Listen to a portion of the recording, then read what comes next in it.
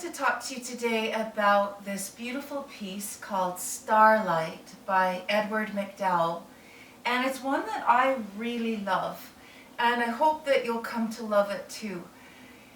It is part of his Sea Pieces collection, and at the beginning of this piece he's written something here. It says, "The stars are but the cherubs that sing about the throne of grey old ocean's spouse, fair moon's pale majesty." So there's just a beautiful imagery in those words. And the more I studied this piece, I found it to be very mystical, esoteric, magical, dreamy. It's just got a beautiful essence to it of otherworldly almost. So we'll talk a little bit about some ways to play this piece that can help you. First of all, it's very common for pianists to sometimes play one hand ahead of the other hand, just slightly. And in this piece, you need to really be aware of that. So a quick exercise that can help you is to just start with, say, a 5-finger C scale and play the C with both hands, and then the D, and the E, and so forth. But as you're playing this, really paying attention to, am I playing both hands together exactly at the same time?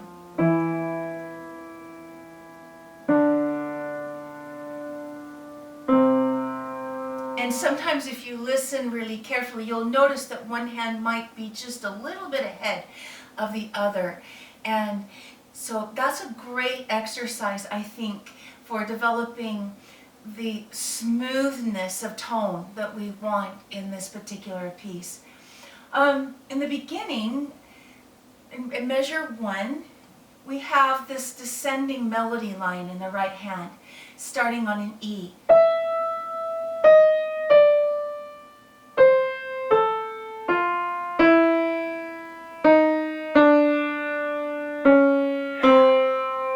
So it's like this falling, cascading falling melody line. And that also happens again around measure 35, where we've got this.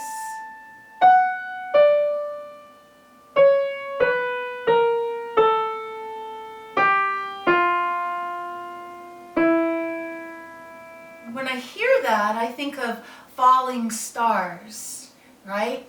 Using imagery of a falling star to imagine and picture that in the music. I think the more you can use imagery in this piece, the better.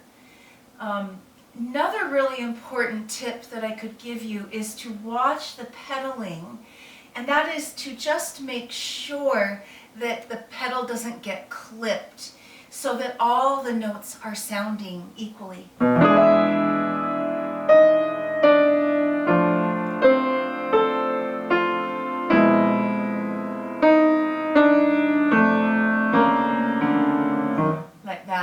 Okay, so smooth, even pedal. A good way to practice this would be with the left hand only and playing that left hand with the pedal.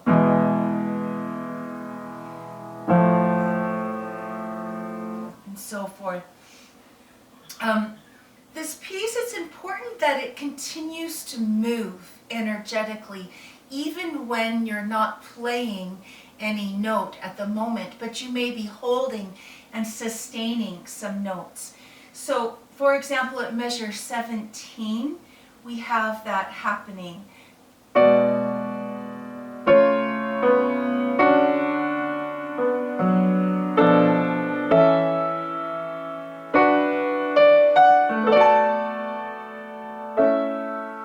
Think of that horizontal direction of the sound, connecting the notes, like as if you were connecting the dots.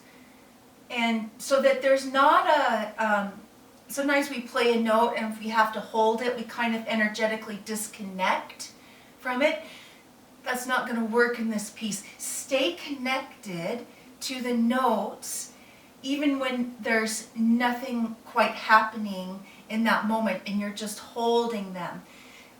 Don't disconnect.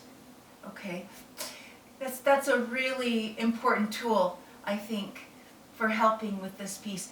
I love this part here in measure 15 and 16, and it also happens again in measure 33 and 34, where we have a 1/6/4 chord, and the measures right before that are building up. There's a forte. So I'll begin at measure 14 here, where you've got the grace note. So you've got a lot of build, and then in measure 15, it's a pianissimo, a sudden soft.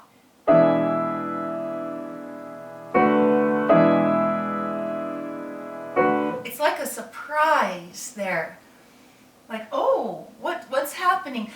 We were building up and now we're suddenly soft. It really provides some mystery and intrigue, I think, on those measures. I really love that. I also love MacDowell's words that he's written in here, such as measure 19, where it says very smooth and even. And that goes back to what I was saying in the beginning, the exercise of making sure that you're playing the notes exactly together for that even, smooth sound. At near the ending, at measure 40, so we have a spot, measure 40. I am playing that C sharp that is written in the left hand.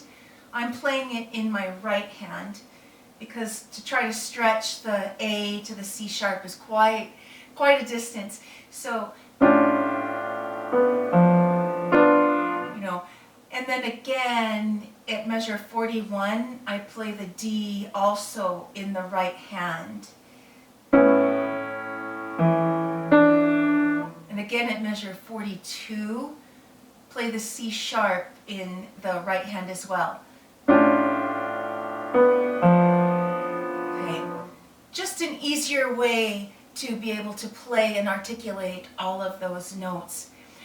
Give this piece a try. I think you'll really love it. It's got depth, it's got a lot of character, and so much imagery that you can play around with. I hope you love it as much as I do. Hope this has been helpful for you. Thank you.